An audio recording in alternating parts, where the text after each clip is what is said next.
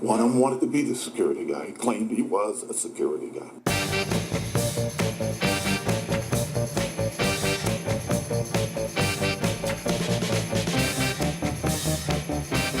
Welcome to another tintinabulating version Very nice. of Security Guy Radio. I'm not sure that's a word. No, it probably isn't. It sounds like it, though. Probably another Tintinabulating. Probably another Americanism. Oh, boy. How was your weekend okay? Very nice. Yes, I'm on. You always have good weekends. I always have really not exciting weekends. Just what you make of it.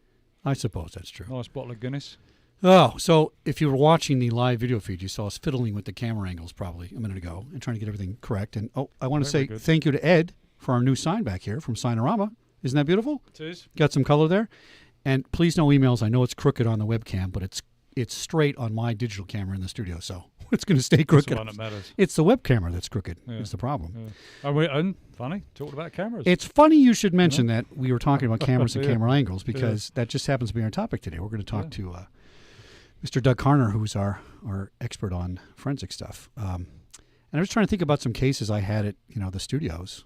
You had a good case where there's a problem with some video. I had a really good one, Houston. I mean, I'm going back years when, it was really just after the invention of video. No, it's true. Yeah. But, we had 8 cameras stolen in Houston, KRIV, and a great video of the guy leaving with all the cameras over several minutes. Just couldn't see his face. And I actually took it down to JPL, and they were very helpful, but no, nothing. And you were saying today, Doug, that we could have probably got that back for us. So, it's a shame I still haven't got the video. Well, it's funny. We took stuff to JPL, and the cops came to us. Yeah. Right, so Beverly Hills PD, LAPD would come to Fox Digital because that was the TV station, and then they'd bring us the videos of a 7-Eleven robbery or something, and they try to, well, not enhance is not the proper term, but we could do things for them sometimes. I mean, better than was usual. I think the big problem on most cameras is the specs. Right, so some guy comes in. We had a camera show last month. Some guy puts in a camera in the corner of the room, much like our great webcam right here, and all it shows is a teeny little pinhead. Yeah. No matter how high your resolution was, it's still a little pinhead. And whether we can legally say that's Paul Bristow on the film in court is for the lawyers to decide. If it was a pinhead, that's true. You just made yourself. Well, good for you. English. Well, good we can laugh at ourselves. That's true. I'm trying to think of something I had. But I got to tell you, the frustration. I mean, that's the biggest thing for me, especially since leaving Fox and seeing bad installations, because we never made a bad installation at Fox, right? That's correct. But after leaving and seeing these terrible installations and the frustration of the clients because they've got a camera there that's basically useless. It's useless. I mean, Disney got it right. We had, I think we had, I don't know. I'm not going to say how many are at the park. Let's just say there's a lot. Not to give any secrets away, right?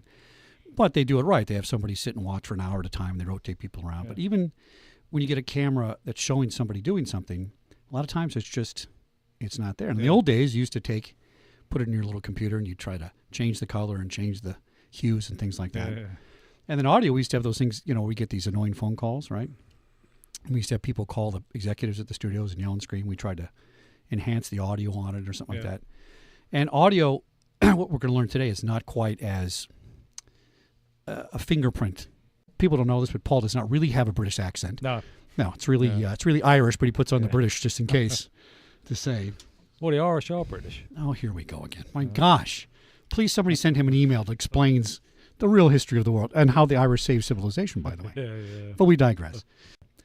But again, we're just a couple of guys that people stop paying to get advice from, and we don't know anything about it. Right. Isn't that correct? And that's why we bring in the experts. Yeah. We bring in our experts, all right? So our guest today is Mr. Doug Carner of ForensicProtection.com. And I want you guys to go to ForensicProtection.com. And for my nieces and nephews that don't know how to spell, that's FORENSIC Protection.com. And there's a link under there at the bottom of the page called Quick Links. And what you'll see on there are some of the cases that Doug has worked on. He's an audio and video enhancement and authentication expert. He's processed evidence in thousands of cases worldwide, including the George Zimmerman video, very interesting, and the Boston Marathon bombing, military deaths, train crashes, arson, murder, rape, 9/11 calls, excessive use of force, industrial accidents, slip and fall, theft, custody cases, and airline disasters. Literally thousands of cases. Mr. Carner has been featured in legal and trade publications on radio and television, and his work is widely praised by both defense and prosecution. And here's a good one. His expert opinions have helped to exonerate the innocent, which is always important, and discredit drug science. He was last year's keynote speaker at the International Conference on Forensic Research and Technology, has lectured for the International Association for Identification, and lectures this year for the American College of Forensic Examiners Institute. Mr. Carner is an active creator and contributor to advanced forensic software used by analysts and agencies internationally. Remind me to talk about that. That's kind of cool. He writes code for some of the stuff people use. And in his spare time, Mr. Carner donates to the Innocence Projects, the restoration of historical recordings, and heading a 6,000-member audio-video forensic collaboration forum. And I hope the sound on that was good. Welcome to the show. Thank you. So this is fascinating stuff, and I'm gonna warn the audience that Doug has a very large brain, and he may talk in some technical stuff, but we're gonna make sure we bring it back to the simple stuff.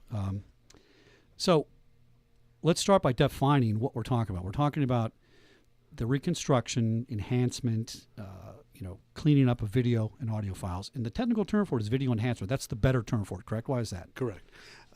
Well, it dates back to the 1940s when the standards were set for television. And the way that video enhancement worked is very similar to the TVs that you saw 20, 30 years ago, where you would adjust the brightness, the tint. Oh, right. And so on modern TVs, they're digital. You have more controls. You go into the settings, you might see a dozen different controls you have. Well, the software that's used to provide video enhancement is very similar to that, except it has maybe 100 different controls. But it is still up to the user to decide what constitutes an accurate picture. And because of this, it leaves a lot up to judgment-based. And the problem is when something's judgment-based, two experts will come to a different set of conclusions from the same set of facts. So another technology has been emerging called clarification, which is more of a restorative process. And what it does is it takes advantage of the way videos are compressed and reverses the process to bring back the details that the camera was capable of seeing.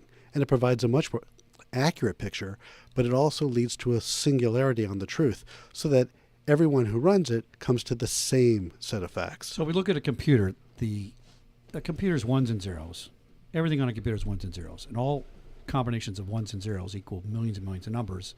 And so are you saying that we take, for lack of a better term, a mathematical algorithm, and we reconstruct a whole logically and say, you know what, if this video was 110005 and it stopped, we can mathematically figure out what the hole was and bring it up and enhance it? Is that how it works? Yes, generally. And a good example is this. I'm sure most of your listeners have had videos that they've received, and they're unable to play them, and they have to install something to be able to watch them. It's called a codec, short for compression. Yes, I've always heard of that, codec. It's short for compression, decompression. It's the instructions on how to squeeze the video down in size, and it's supposed to be the instructions how to bring it back. But it can't bring back what it has lost in that squeezing process. And because of that, there is a loss of detail. And you'll see this, the artifacts of compression, when you're watching a video, say on YouTube or on your television. When the signal drops out, you'll notice that suddenly you see a bunch of little squares. That's because what happens is it takes the video, breaks it into a bunch of tiny videos, like a mosaic, almost like a puzzle. Oh, okay. Each of those is called a slice, and then it compresses each of them independent of the one next to it. And if this is done to an extreme level, you can see the boundary lines of those squares. And that's why sometimes you'll see an overcompressed video and it looks like it has this grid-like structure to it. And that's very destructive. And you can't undo that through the codec. And that's where video clarification comes in to build back most of the details that were lost, at least enough that they're visually imperceptible. So next time my TV does that, I'm going to call AT&T and have them call you to explain. Have them explain why I can't see my picture. Because that's what it does, right? We call it pixelation at home. I don't know what you call it. Technically, that's exactly what I was going to say. Actually, yeah. Because most people think of pixels and pixelation. Where does that come? Where do the pixels Well, the come? pixels are the individual dots that you're seeing on screen. And these are blocks, usually 8 pixels by 8 pixels in size. And then they're laid out in a mosaic. And in fact, if you look at the dimensions of most videos, they're usually multiples of 8 in both width and height because of those blocks. Interesting. So television programs like CSI imply that, video enhancement can identify a face a mile away. Is that true? Well, if it was possible to do what you see on the CSI TV show, then you could take a Polaroid picture of the night sky and you wouldn't need the Hubble telescope. So there is a boundary line. Although every time I see this on the CSI program, I take it as a personal challenge, figuring technologically maybe it can be done. We just haven't figured out how yet. Well, I went to Forensic. Did you check out the website, forensicprotection.com? Yes. So under that quick links, there's a really cool section that has a lot of Doug's work that shows, for example, we'll talk about it in a minute, the Boston bomber taken on a cell phone, and you look at it, I don't know how many blocks away it was, but you can't really see a person there, and it's blown up to see his face. It was pretty amazing, actually. So I know that you can do work that enhances it, but when they do this stuff on TV, are we saying that, well, you know what? What's funny, they did this stuff on TV 10 years ago, and people said it can't be done. Now it can be done. Yeah. So what is the limit to what you can do? It's really based on how good your original data or camera is, right? It relates to the camera. More importantly, it relates to the compression and what was tossed out. What you were talking about earlier about the terrible cameras that are out there. The problem is that people will buy these cameras that are still using the standard from 1941, the NTSC standard. You mean a digital camera? You'll see digital cameras that are still stuck on that resolution that was, because the cameras are still analog, they're just transmitting digitally. And even on digital cameras, they're usually less than 1 megapixel, which is bizarre considering the fact that the cell phone in most people's pockets is 5 or more megapixels. Right. And here's this little tiny camera built in your cell phone, yet a security camera, it's rare to find one that's more than 1 megapixel. And even when they are, they cheat with the numbers because they're not taking the entire megapixel at once. They're taking a portion of it and a fraction of a second taking the rest of it. Right. Is that just because its storage costs too much money, you think? It is it's storage. It's also the transmission. They're transmitting over their own virtual network. They don't know how many cameras are going to be on the network. In large installations, I'm the person who designed the Hawthorne School District system, and that was a huge design, cameras at all the classrooms. They had to transmit over their network to bring it to a central point. There's a limited amount of bandwidth. Doug, this is really fascinating stuff. I want you guys to go to forensicprotection.com, check out some of Doug's work under the quick link section. We're going to be back after these messages on Security Guy Radio.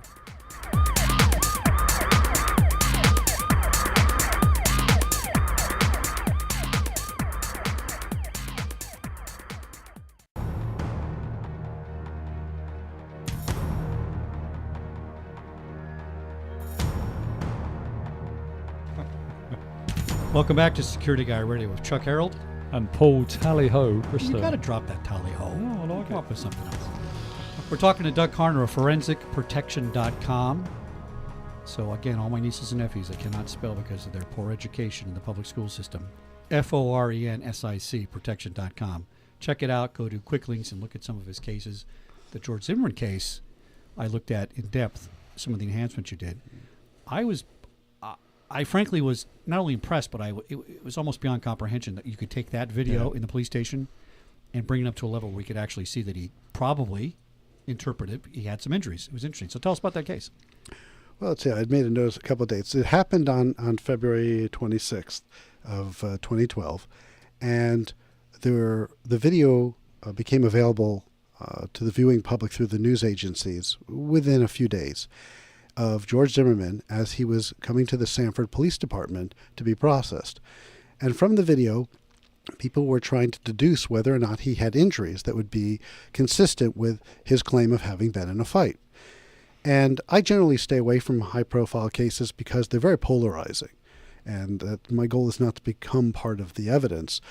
So, explain that. That's a very good point. How would you become part of the evidence? Well, how do some people do it differently than you when they become part of the evidence? Well, I see a lot of people who sort of follow the example that see on TV where they view their role as judge and jury, and they start to interpret the evidence. This is an expert that may say, oh, it looks like that to me, and I'm an expert, so that's what it is. Right. And if you're if you're a doctor, then you're qualified to make that assessment about an injury. But if you're a video enhancement person, you're not.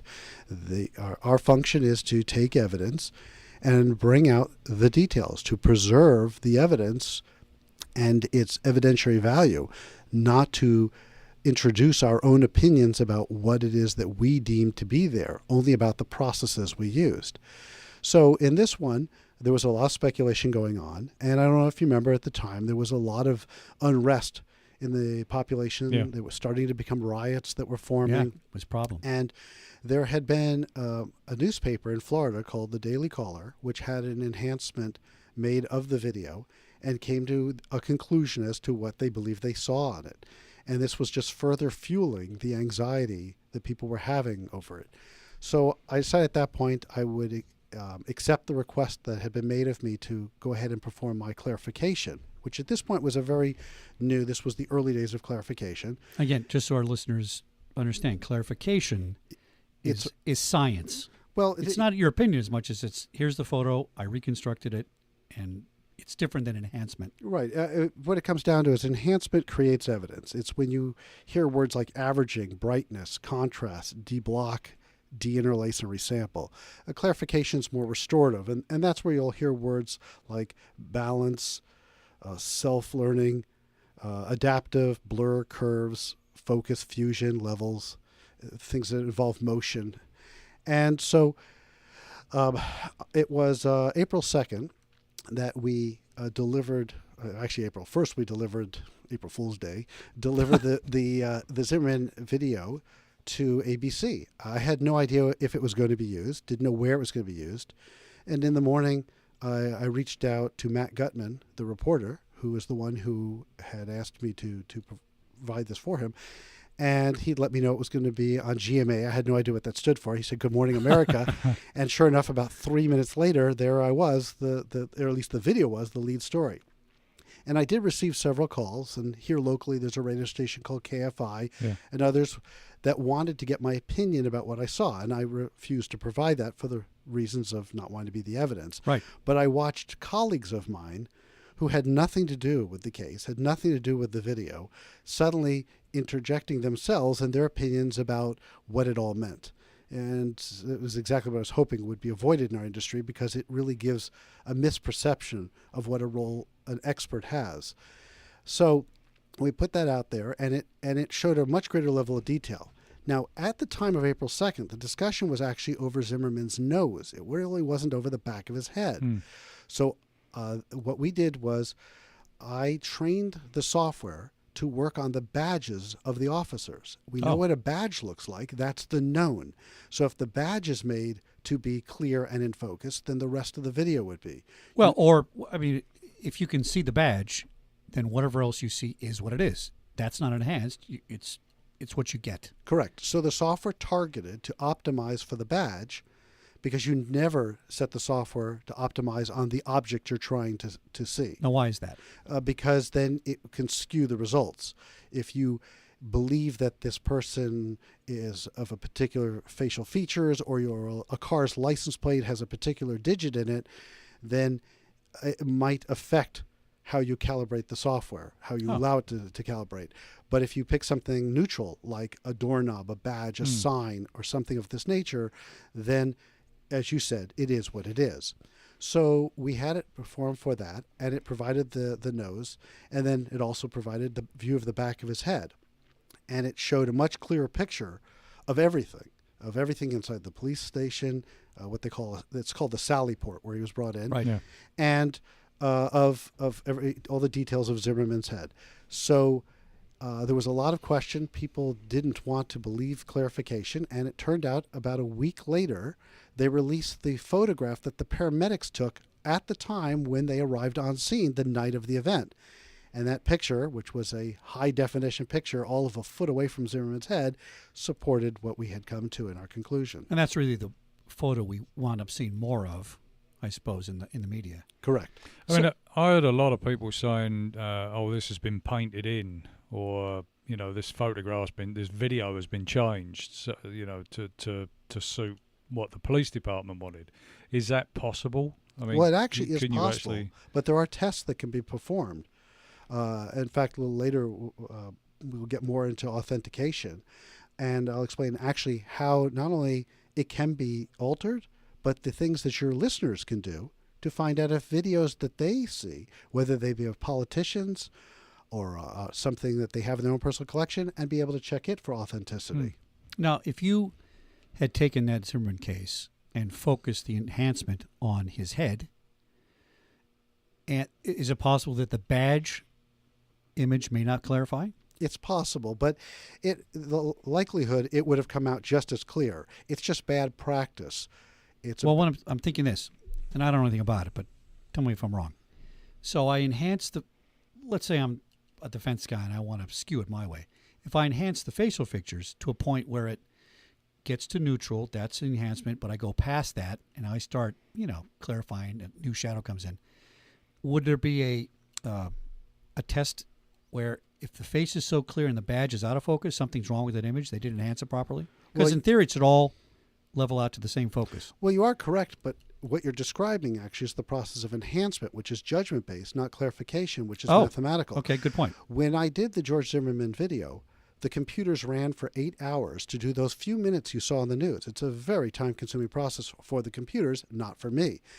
I have no idea what the end results are going to be, and I'm as surprised as my clients when the process is done. I don't get involved other than helping to target what it should calibrate on.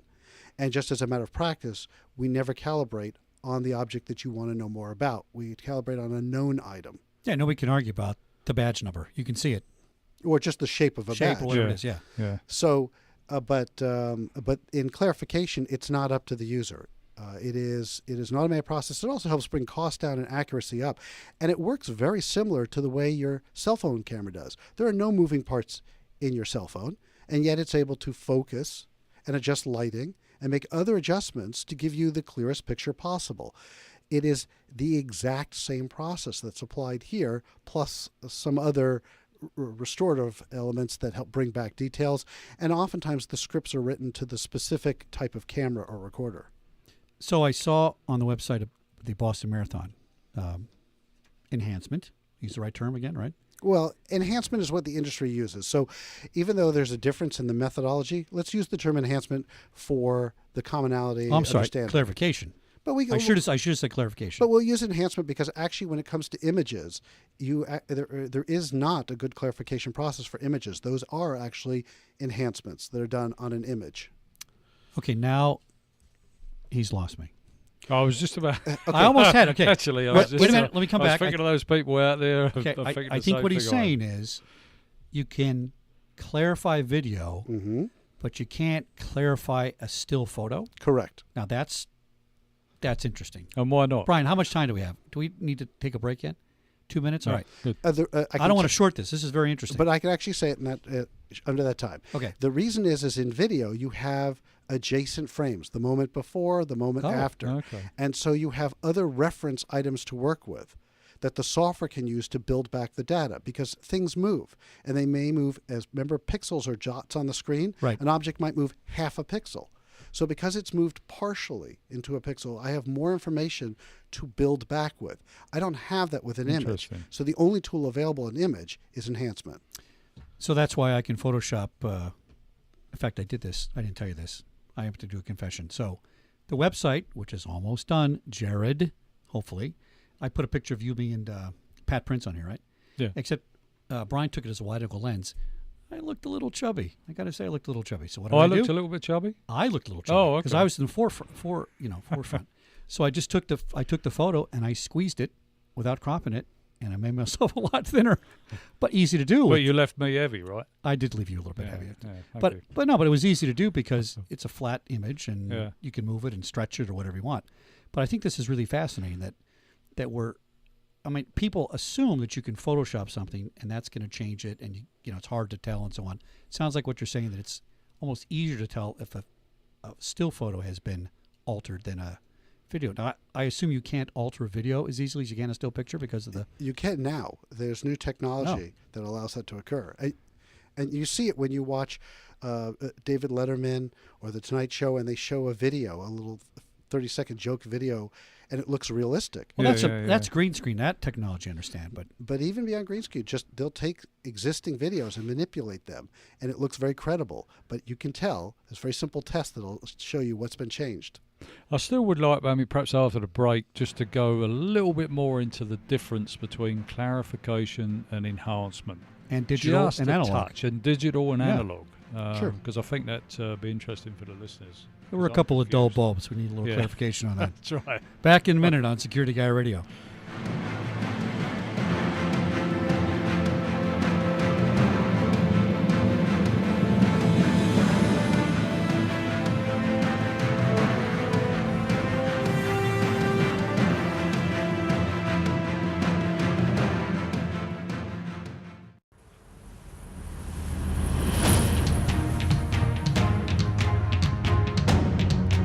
Welcome back to Security Guy Radio with Chuck Mouse Ears Harold. You feel like Mickey Mouse with these things on? It's kind of Actually, yeah. Yeah, it's kind of weird. And Paul Bristow and our distinguished guest, Mr. Doug Carner of ForensicProtection.com, FORENSIC Protection.com, and go to the quick links at the bottom of the page, look at some of his cases. And again, I keep saying this, you got to tell me about this Boston bombing, marathon bombing thing. So here's what you see on the website. It's a cell phone picture somebody took in the crowd. It's a still image, right? Mm-hmm. Okay, so it's Correct. not video. Correct. And we were just talking about how video's easier to what's the word? Enhance. No, not the Clarify? word. Clarify, right? But you see a background of a bunch of people running around. There's a brick building, and you think there's an image there. And by the time it's done, you've blown this up to see the guy's face. It's really kind of fascinating. But you had a learning experience at the break, Paul. I did. Tell us about that. So I had a little bit of a problem with this before the break, and then I was thinking about it. So what I'm getting you saying is that when somebody's enhancing a video, they're actually changing it until they see basically what they want to see. Correct. Okay, and that's the difference between the clarification side.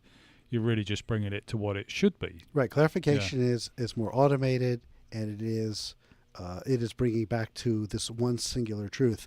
And the other problem with enhancement is that not only are they enhancing the details that they deem to be important, like let's take the wound on Zimmerman's head, making it more pronounced or less, but also any defects in the video, any those specks that sometimes you see in video called noise, those become more pronounced as well. And so it can create a whole new set of facts, which is never the function of an expert. They're not supposed to create evidence. They're supposed to preserve and improve upon the evidence that's there. So what do you see more out there? I mean, when we look at video that's been enhanced or clarified, I mean, is it more enhancement, or is Unfortunately, it's about 99% enhancement. Yeah, that's what I'm getting from Because talking now. enhancement is immediate. If you're running a news agency and you've got a story to put on in 10 minutes, you're going to do enhancement. Well, I could see that for TV, but in court cases, do you think it's enhancement or clarification? Unfortunately, it's enhancement because Really?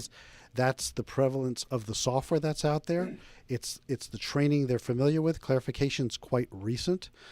How recent? In the last 2 years, has really been its introduction. It needs a lot of computer muscle. And then remember that I happen to have the luxury of having cutting edge computers in my lab, but most places are still working with computers that are 3 or 4 years old. A law enforcement agency might be working on computers that are 8 or 9 years old. Oh, yeah, that's true. And there's no way that they have maybe what would take them 2 days to process that one case. There's other cases to work on. So you have a Cray supercomputer or something like that? So I mean, we're Well, actually Paul, you know what I'm thinking? I'm hearing here is that Security Guy Radio seems to be on the cutting edge we are. of announcing this technology, getting it out there. Yeah. I didn't realize it was this new. This is I fascinating. mean, what concerns me is that you may have people going to prison Well, that's a good point. because of the enhancement technology, and where we could actually perhaps save somebody from being convicted where they shouldn't be. It's why I make such a point about donating my lab to help with innocence projects, as well as helping law enforcement, because the fact that someone doesn't have access to it or the technology wasn't there at the time they needed it is not an excuse for it not Well, being law available to enforcement them want to now. catch the right guys. I mean, that's Well, true. I've met very, very few police and stuff that don't want to actually convict the right people, you know. So, yeah, I mean, the more of this we can get out, the better, I think. I think perhaps we should send him a video of you leaving the pub the other night. Yes. Put that in the Innocence Project so your wife knows that it actually was not enhanced. All right, so let's talk about audio, because we're in an audio environment, right? We're doing sounds right now. And Paul and I sound much better on these microphones than we do in person because this is enhanced. It's a WAV file, which is a bigger file than a MP3 file and so on. So can audio be enhanced, although not the right word? Can audio be clarified? Same way as video. Actually, at this time, there is no clarification programs for audio. Oh, really? It's only enhancement. Part of that is the fact that there's less data to work with. When you deal with video, you have color, you have brightness, you have frames per second. In audio, you just have the sample rate and the depth of that sample rate.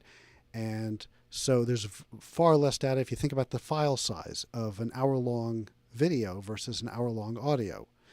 And but that said, there's also great tools that actually use voice recognition, identify the patterns of human speech, elevate those sounds, and suppress everything else. And they can not only remove noises that might be machinery or mechanical, electrical, but it can also balance the levels out so that a whisper is as loud as someone talking, so that it's easier to hear. And you had mentioned that there's a recording that you had done here on this program that had been less than optimal. Yeah, it had some echo. We did it in Yeah. the studio with Pam, and who comes in our show once in a while. And the guy used this, what he called a bidirectional mic, blah, blah, blah. Bottom line was she wasn't mic'd on her jacket, and I hear an echo. And I have a super high-def video, which looks beautiful, the white background, and sounds like she's talking in the girl's bathroom. That actually isn't echo, it's reverberation. And I have filters that can help with that. And so, like I said, I'm gifting sending you to the help out. video. All right, excellent. Very good. So the CSI programs, when you look at audio, are actually almost true. I mean, the basis of what they're doing is a lot closer in the audio side than the video side, correct? Correct, with the exception that on the television show, they maintained fidelity. If you have a recording where people's voices are muffled and there's a lot of noise, when you're done, it'll be muffled without all that noise. Okay. Oh, all right. Interesting. And getting back to the CSI programs, you can actually identify somebody via that audio file. Well, what's Is a voice print like a The fingerprint? voice print. there, what I was it has searching for. some characteristics. It's never 100%. And because voice recognition and facial recognitions are not absolutes, I don't do them in my lab. I only deal in absolute sciences where 1 and 1 are 2. However, I have people that I know, other experts, where this is their profession. And so clients will come to me, have us clean up the video or the audio, and then we'll send it on to these experts, and they'll give a confidence percentage, which will interesting. never be 100%, but will approach 100%. That's their interpretation of who they're listening to. Yeah, it's actually the software they use. It used to be their ear or their eyes, but now it's software that's doing the matching up. Interesting. So how do you enhance photographs or satellite images? I mean, if you got the Hubble telescope, you got a really good bunch of pixels to start with, right? So how do you do that? And also remembering in video, you have the advantage that every video has movement. Even the camera that's filming us right now, there are vibrations in the wall that are moving the image so slightly that our eyes can't perceive it. But those changes mean that different pixels are showing different details of the room.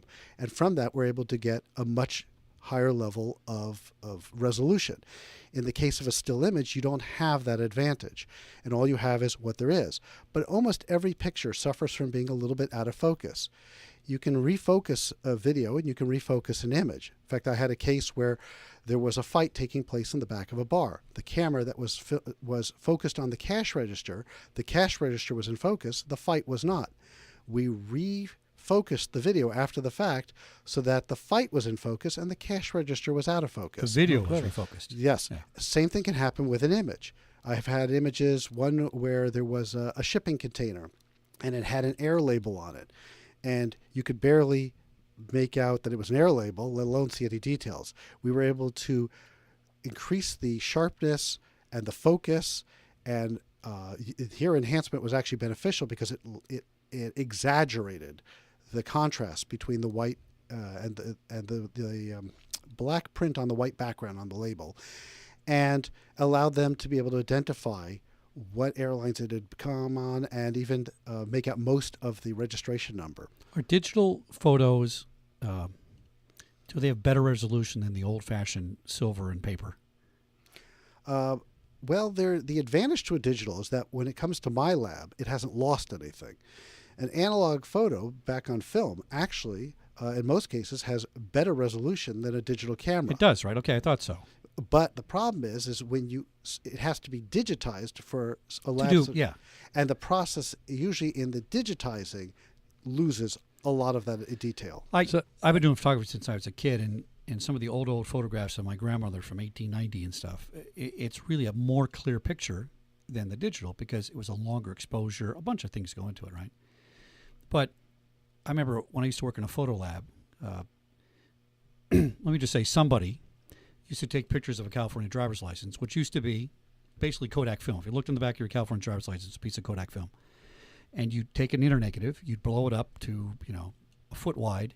You'd cut out certain numbers to change birthdays, lay it over the picture, reshoot an internegative, and then when you shrink it back down to a teeny size, you don't see any lines or changes in the photograph. It erases them. And it was somebody did a pretty good job doing those, and you could really fool the eye with that. Back in the old days. Is it harder to fool people now with digital because you can get in there and look at pixels? Where on a photograph, I mean, if you had a jeweler's viewer, I guess you could probably figure it out. But it's kind of hard. If you did a good job with an old photo, it was hard to tell the difference. Because of the way digital pictures are stored, they're not stored the way analog pictures are. It makes it actually easier to tell if something's been tampered with. On a digital. Correct. What becomes problematic is when someone saves the digital picture in a compressed format like JPEG and then saves it again. Oh, interesting. Each time they resave it, those hairline marks that you were talking about with the analog photo, right?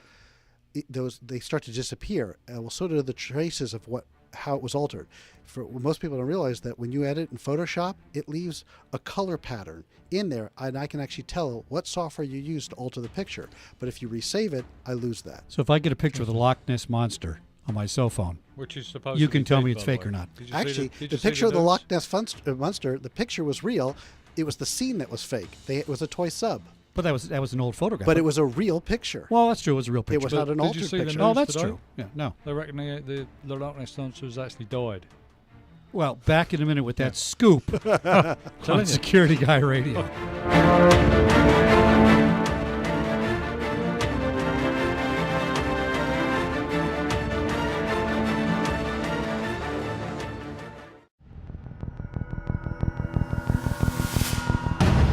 Welcome back to Security Guy Radio with an exclusive. Nessie is dead. The Loch Ness Monster Absolutely. is dead, according to Barbara's. They've worked out that because of the lack of sightings recently, he's dead. Or she's dead. Whatever it was. Whatever it was. We digress. Good Nessie music. All right, back with Doug Carner of forensicprotection.com. That's FORENSIC protection.com. Look at the bottom of the page for quick links on some of his cases, which are really Good stuff. Good stuff and impressive. So, why'd you choose this profession? What was your background before this, by the way? Well, I had been in the self-storage industry, like public storage, SureGuard, and in fact, the wireless alarms that were on every public storage unit, if you look up the patent number, you'll see I was the inventor. Oh, interesting. And at that time, we also invented a camera that could be mounted on the wall that would look along the side, a triple-axis camera. And I would get videos from those clients. They'd say, look, we had a break-in, we had an issue. The cameras are good, but the technology wasn't very good in those days. We can't make out the face. We can't make out the license plate, a very common problem for people. And so I started to dabble with how could I help my clients. I wanted to make more sales. I was the vice president of the company. I was in charge of their technical, but I was also their VP of sales. So there was a program called Virtual Dub, which is an open source free program that is just amazing, used by tens of millions of people. And I started to used that to see if I could to improve the clarity of it. And then a language came out called AVI Synth, and using those tools, I started to figure out how to start getting more details out. And in fact, there's another website I want to mention, which is videocleaner.com, which is spelled just the way it sounds. And that is a script that I've written that's open source, that's out there for everyone to use. And it takes Virtual Dub, AVI Synth, and a couple other programs. It puts them all together in a nice, easy-to-use interface. You don't have to be a computer nerd to do it. And people can clean up a lot of videos that they have using this software by just moving some sliders around. Videocleaner.com. Totally free, totally open source. Right. Even the support is free. I'll I be on think it tonight. our YouTube videos need a little cleaning up. That's for sure. That's fascinating. So, how can someone learn more about this science? Well, what I would suggest is this. There's a lack of standards out there. I have notes here. There's the Department of Justice, the National Academy of Science, the National Institute of Standards and Technology, SWIGIT, which stands for Scientific Working Group, Imaging Technology, et cetera, et cetera, et cetera. And everyone's got their own set of standards. It's gotten so bad that this year they're forming the Forensic Science Standards Board, which will be for the first time where they're going to unify all these sciences, which is everything from DNA to what I do, and have it so that there's one set of standards to try and solve the problem of different experts coming to different conclusions from the same set of facts. We said at the break, which I thought was interesting. We think DNA, we don't think it's conclusive. We know it's really, really good, but it's not conclusive. And, there's a 1 in a billion chance that it's not the right guy for the DNA. And this type of science is the same way. Correct. We don't know it's 100% that that's the guy or the image or whatever, but it's very, very close. I'm curious. I wonder why they don't just use ISO standards to have them write something that kind of takes the politics out of it. Because the scientists are writing their own standards, it can get kind of political. The other problem is technology is moving so fast that by the time you set standards for a particular way of doing something, you can do that, but the actual tools that are used, the tools will be outdated by the time you've written it. Yeah. And so I was going to suggest that for those who do want to get into this, there's actually a couple of groups to look into. There's the International Association for Identification, which is by far the best standard for education. I've lectured there for them before several times, and they don't pick a side, and it's just good knowledge. There are other groups. There's the American College of Forensic Examiners. I'll be lecturing there this year, and another excellent group. And then there's other groups, like there's one called LEVA, but it's Law Enforcement Video Association, and as the name implies, it caters to one side of the table. Right. So the problem is I don't know if it really teaches all the knowledge you would need to be able to handle both sides and really be versed in what to expect on both sides. But those groups are a good place to start. If you're getting into audio, the Audio Engineering Society is an excellent group to be part of. Now, is this information up on your website as well, Doug? Those groups, I know they're part of, there's an online group, which I recommend that your listeners might want to check out. If they belong to LinkedIn, and hopefully they do, so they're following your show. Hopefully. If there's Audio Video Innovations and Solutions, or AVIs. And if they just go on LinkedIn and just search Audio Video Group, just those 3 words, it's going to be the biggest group they're going to see. I'm the owner and moderator of the group, and it's all about this kind of technology, and there's discussions about where to learn these things. People ask questions, and so any of your listeners who want to know more about how to do this themselves or about the technologies that are out there, it's a great place to ask those questions. So I got a question. Let's say I get a call from one of my old cop buddies. I got a friend of mine that works homicide. Been worked it for probably 25 years at LAPD. And he calls up and says, "Hey, Charlie, I got this tape. It's been in the box for 15 years. We can't make out what's on it, but we think if we could solve this case." Can they do something with an old analog tape to win the case? Absolutely. In fact, I strongly recommend that attorneys who have cases that haunt them because years ago their client was found guilty and they know that they were innocent, or law enforcement that has a cold case they couldn't solve, revisit them. Technology is advancing on the audio video field just as fast as it is in DNA. And so what was impossible a couple of years ago is now no problem. So an analog tape, if it's 10 or 15 years old, may have deteriorated, depending on storage, so on and so forth. But transferring it to digital, is there a problem there? Or is that a standard process? If you take one tape and transfer it, or Paul transfers it, or I transfer it, that technology is going to transfer it the same way. Or again, during the transfer or conversion from analog to digital, can that be altered in the evidence challenge on that? Well, there is a standard method. It's actually a very inexpensive device. Anyone can buy on Amazon a device that has a tape player and a DVD player and will convert it over, and you just pick the quality level, and you pick the highest quality option. And there's also units you can hook up to the video output of a VCR, and you can digitize it as it's being played. Both are fine as long as you go with as high a quality as possible. Highest quality, right. You want the recording to be at a higher resolution and a faster speed than the analog tape, so no data gets missed. So do you need I mean, you know, so there's that little piece of equipment there, but to do what you're sort of doing, I mean, you talk about a lab. So if somebody wanted to sort of play around with this stuff, I mean, do you need some bee's knees computer, or can you do it on a little... Well, commercial software runs 10,000 and up, and I actually don't use much commercial software. I found that Video Cleaner and another one called Forvid, FORVID.org, those are the only two open source programs out there for the forensic community. And there is a tremendous power in Video Cleaner. I keep putting new tools in every time I think of something. There's even tools made specially for VHS tapes. And those allow the amateur to do a tremendous amount of improvements to their videos. You can't do everything the labs can do, but you can get close. So if somebody has a tape that's listening, or they have a recording, how do they go about getting it authenticated? Just give you a call, go to your website, send you an email, or what? There's in the quick links, there's even an article on a process called VILA. You're going to see I wrote the process for our industry. I didn't invent a video error level analysis. That's what it stands for. But what it does is you can use this to tell if an object's been added or removed from a video, if it's been cropped, the same way that a process called error level analysis is used on images. It's a very simple process. It's all done with open source tools. The tools are automatically installed, in fact, when you put Video Cleaner in.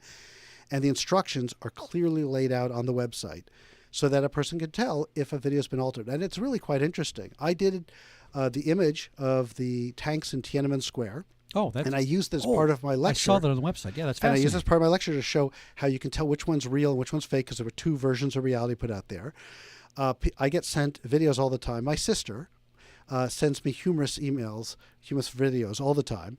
And I take some of these and I put them through the software, and I can tell what's been altered in the video. So the Tiananmen Square, on your website, I saw that there was a version with people watching in the you know, what do you call those things? The stands, right? Mm-hmm. And the version where nobody was watching. What's the real version? And the real one is no one was watching. No one was watching. Interesting. But if you look at it, your eyes will tell you it's the one with the people, because the lines in the road don't line up when you don't see the crowds.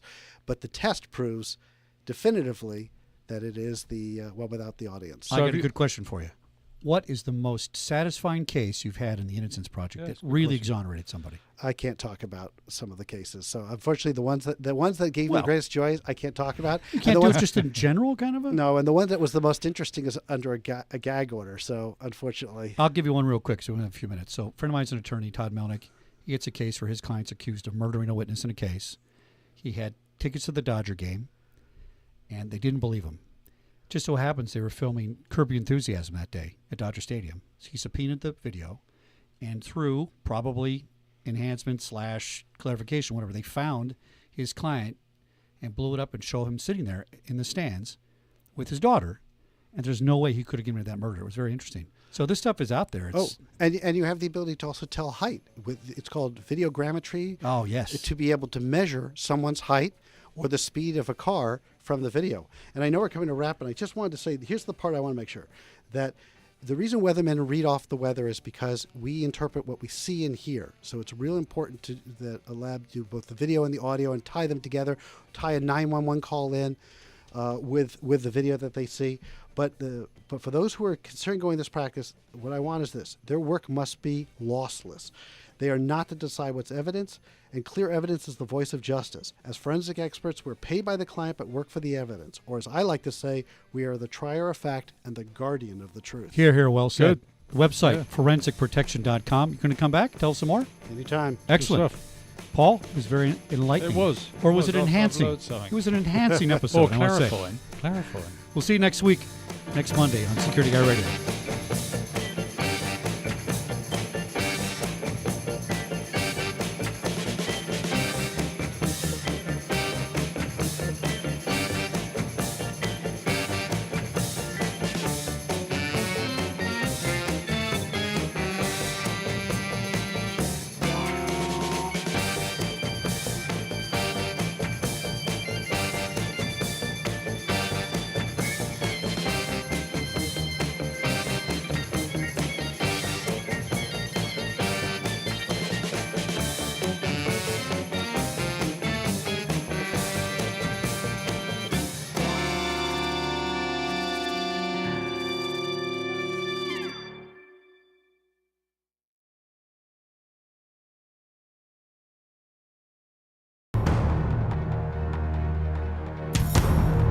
Welcome back to Security Guy Radio with Doug Carner of ForensicProtection.com with my co-host, Mr. Paul Bristow. Now, we were talking at the break about some of your favorite cases, and I recall you resisting discussing, but we persuaded you to come back for this exclusive segment and tell us without violating any confidentiality whatsoever, because my liability and Arizona emissions insurance is only $1 million. I don't want to violate anything. Give us some of your favorite cases. Well, one in particular I like was the Matthew Clark case. And I'm going to look at my notes here so I have the names right. Two graduate students, Matthew Clark and Gregory Maldruco. They went into a Toro's Tacos in Chicago. This was back on February 7th of 2010. And while they were in there, they bumped into other patrons, two gentlemen, and an altercation began, a verbal altercation. They went outside and it became quite physical. And the fight was very one-sided as the two grad students were immediately down on the ground being beaten. And a third person, a woman, yelled that they were police officers and not to resist. They weren't wearing uniforms, they were undercover if that was true. So during this altercation, there is a security camera outside that's able to watch it from the next business over. And Matthew makes a 911 call, and uniformed police show up. And when they show up, they find the two that had been doing most of the fighting sitting on top of the two grad students, and they take a report, and they don't take down the name of the other two gentlemen. And so it was the claim of Matthew Clark that those were undercover officers, but he couldn't prove that. So the cops arrived and did not think it was important to put their names in the report. Right, didn't include it. First tip-off. And so they contact me, and they ask if I could do it on March 15th. They reached out to us. We enhanced it. On March 21st, the news agencies were reporting that a new video had arrived. Well, it was not a new video. We didn't go back in time and film it. It was just the old video now cleaned up enough that they were able to clearly see what was going on in the scene. So what we did was we cleaned up that video. We took the 911 call. We merged it in. We created a timeline that told a story of what was happening in real time so that a jury would be able to see everything and understand what was happening when it was occurring. And also, we pulled stills out. And not only did we have the dramatic impact of that timeline, but the stills showed what appeared to be, and again, I don't draw conclusions, but it was I let others decide. But now that the case is over, it appeared to be a handcuff holder on the back, which is a clue, right? The back belt of one of the people doing most of the fighting, and that is what they used to support their claim that these were undercover officers. And it's really amazing how you can put together a timeline that tells a pretty powerful story. Another one that strikes in my mind, I have it over, I think, on the other one, was the fire that had happened. I'm looking for what the name of it had been. There. The Porter Ranch fire in 2008. Oh, yeah. Known as, it really was the Cessnon fire, Yeah. because that's where it was. It destroyed 15 homes, damaged a dozen more, and it contributed to a loss of life. The attorney that reached out to me represented the power company, the private power company that was being accused of having started the fire. I remember that. There was power lines. There had been something defective. Right. And all they had as evidence was the news copters that had shown up early and had their footage. And by enhancing or clarifying careful that news footage, we were able to give them the kind of detail to support their claim. I don't think the case has been settled, so I don't say anything further on that one. But it at least allowed them to have the evidence to support their narrative of what was happening in that case. Now, in the case if you get a video that's at night, does that hinder your ability to fix it? Well, you'd actually be surprised what could be done. Another case is one where an employee was being accused of stealing gasoline for his personal vehicle from the company pumps. So he shows up after hours, he puts gas in his car. All they have is a black video. They can't see anything. They can see the taillights of a car, but they can't make out a license plate. They can't make out the face or anything. They provide it over to me. One of the tools I invented is called RGB amplifier. It was actually originally made to help debunk supernatural items, but it serves a better purpose in the arena of being able to amplify what is happening in a dark nighttime scene. When we were done, it looked like it was shot in the daytime, and you could clearly make out the face of the person that was taking the gas. So couldn't the layperson get hold of that? RGB amplifier? Software, yeah. Absolutely. It's a free inclusion in Video Cleaner. Oh, okay. All right. So those ghost hunters out there, Oh, yeah, that's might right. be able to use that. Yeah, I won't touch paranormal, but if they want to, Video Cleaner would be an excellent tool because it can amplify those subtle details. Now, explain why you won't touch paranormal. You talked about that at the break. That's very Are interesting. you frightened? Is that what it is? It's a credibility killer in our industry. I actually have no problem because my view would be for debunking it, but because it's viewed negatively with a negative connotation in our industry, I won't touch it. But science is science. I don't care what the object is. Reality is reality. Yeah, that's right. And it doesn't matter what's being filmed. Another example, by the way, that RGB amplifier was a traffic light where you couldn't see. The traffic light was a block away. And they wanted to know, was it green or red when the collision happened? And it was less than 1 pixel, less than one dot. But with RGB amplifier, it was able to amplify that color to such a point you could tell and you could see the change in the traffic light. So if it's there, it's there on the film. No matter how subtle it is, this RGB amplifier will magnify it and bring it out and let you almost see in the dark. You can even see temperature changes. You could actually see machinery heat up. You could even see a person turning red in the face. Can I get that off your website, that program? It is at videocleaner.com. Oh, that's on videocleaner. Videocleaner.com. Mm-hmm. Oh, interesting. Well, we'll be back in a minute with Doug Carner from Forensic Protection, forensicprotection.com on Security Guy Radio.